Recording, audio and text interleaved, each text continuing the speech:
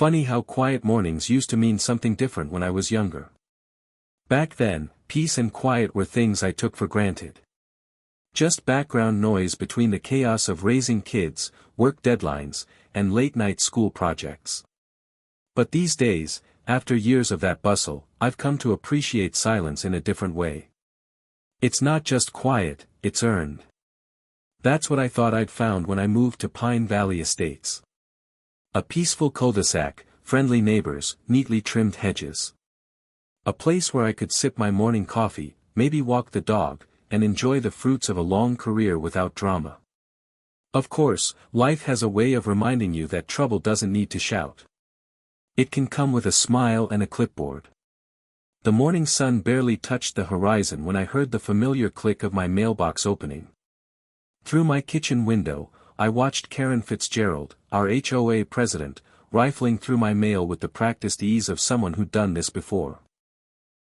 She pulled out an envelope, held it up to the light, and smiled that infuriating smile of hers.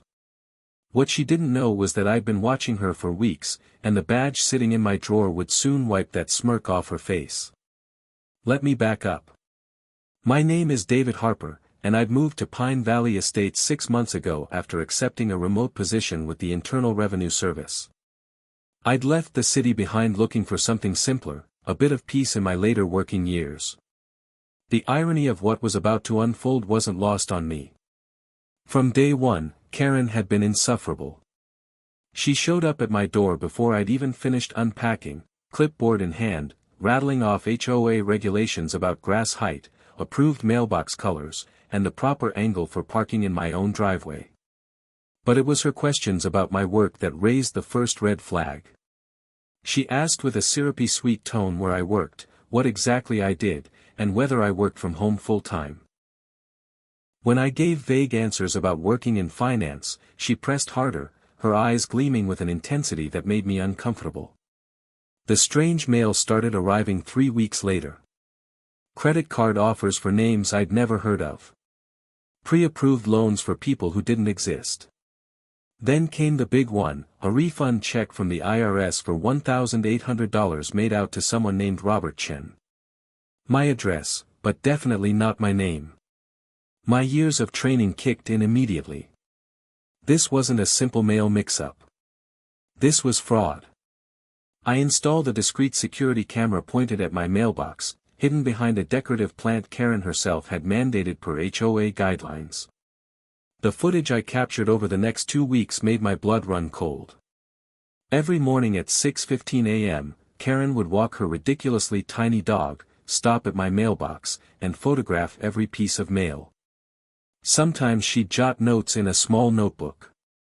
Twice I watched her actually remove items and walk away with them.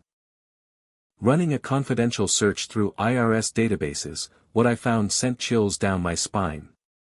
Over the past year, 17 different tax returns had been filed using my address. Each one claimed massive refunds through fabricated business losses and charitable donations. The total attempted fraud exceeded $200,000. The IP addresses traced back to various locations, but the pattern was clear. Someone was running a sophisticated operation, and my address was their drop point.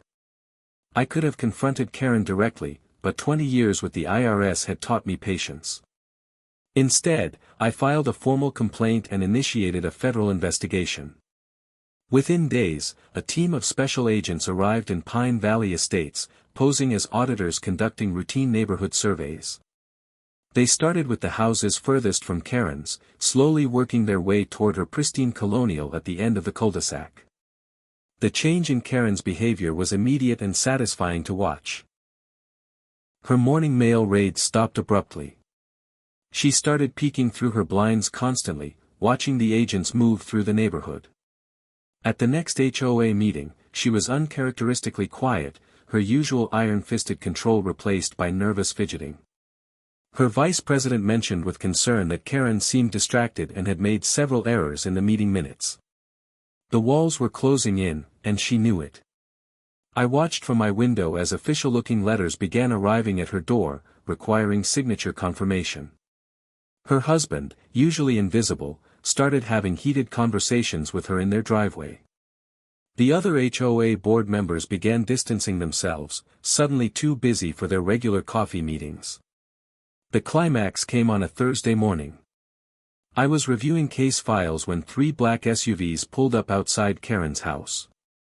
Agents in suits emerged, warrant in hand. I positioned myself at my window with a cup of coffee, savoring every moment. They were inside for 2 hours. When they finally emerged, they carried boxes of evidence, computers, and files. Karen followed, her face ashen, hands shaking as she gestured wildly, her voice carrying across the street in panicked tones. That's when Agent Sullivan, the lead investigator, walked her to my house. The look on Karen's face when she saw me standing in my doorway, my IRS badge now prominently displayed, was worth every moment of her harassment. Her mouth opened and closed like a fish gasping for air. All her smugness, all her petty power plays crumbled in an instant. She actually stumbled backward, requiring Agent Sullivan to steady her. Inside my home office, surrounded by federal agents, Karen's empire of lies unraveled. Bank records showed deposits matching the fraudulent refunds. Her computer contained templates for fake W-2s and 1099s. Most damning was a spreadsheet listing addresses in our neighborhood, with mine marked as an active drop point. She'd been using vacant houses and new residence addresses for years, but had gotten greedy when she thought I was just another remote worker. Her confession came in broken sobs. She'd started small, helping her sister file a false return 5 years ago. When that worked, she expanded, recruiting others and taking a cut of each fraudulent refund. The HOA presidency gave her the perfect cover to monitor mail and know when houses were empty. She never imagined one of her targets would be an IRS criminal investigator. The charges were severe: 37 counts of mail fraud, 42 counts of identity theft, and 18 counts of filing false tax returns. Each count carried potential prison time. When the prosecutor mentioned she was looking at a minimum of 15 years in federal prison and fines exceeding $150,000, Karen collapsed into her chair, her perfectly styled hair falling across her face as she sobbed uncontrollably. But wait, I should tell you more about how this all started. Karen Fitzgerald wasn't always the tyrant of Pine Valley Estates. According to longtime residents, she'd moved in 8 years ago with her husband Gerald, a quiet accountant who spent most of his time in his home office. She'd immediately volunteered for the HOA board, claiming she wanted to preserve property values and maintain standards. Within 2 years, she'd maneuvered herself into the president's position through a campaign of backstabbing and rumor-mongering that would make Machiavelli blush. Her reign of terror began immediately. Fines for grass being a quarter-inch too tall. Violations for holiday decorations left up 1 day past the approved date. She once fined the Johnstons $300 because their daughter's bicycle was visible from the street for more than 2 hours. But it was the mail surveillance that had become her specialty. She knew everyone's business, when they traveled, what they ordered online, even their financial situations based on the bills they received. The day I moved in, she must have seen dollar signs. A single man working from home, no visible family visiting. She probably thought I was an easy mark. During that first visit, she asked with a tone pretending concern whether I had anyone checking on me, whether I traveled for work, whether I received a lot of important mail. Red flags I recognized immediately, but I played along, giving her just enough rope to hang herself. What really sealed her fate was her greed. The investigation revealed she'd started by stealing mail from vacant houses, using the addresses to file simple returns. But that wasn't enough.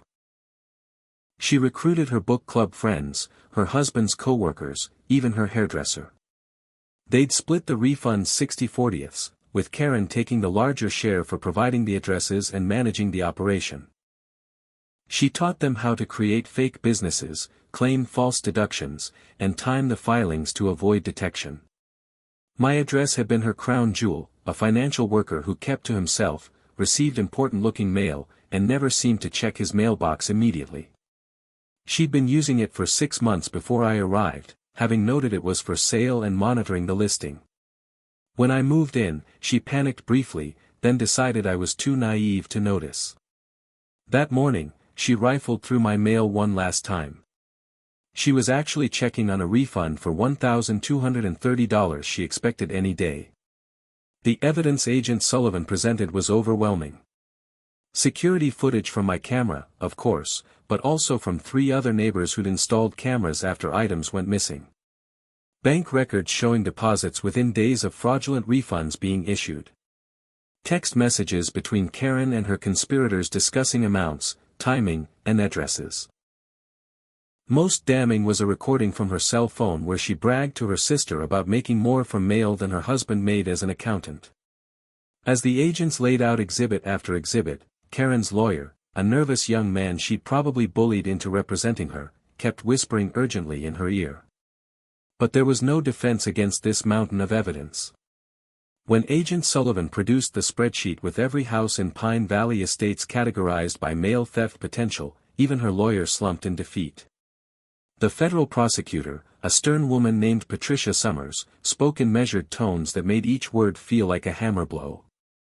Mail fraud, she explained, was a federal offense carrying up to 20 years per count. Identity theft added another 15 years per count. Tax fraud could mean 5 years for each false return. With Karen as the ringleader of an organized operation that had defrauded the government of over $2 million across all participants, the sentencing guidelines were severe. But it was the RICO charges that truly destroyed her.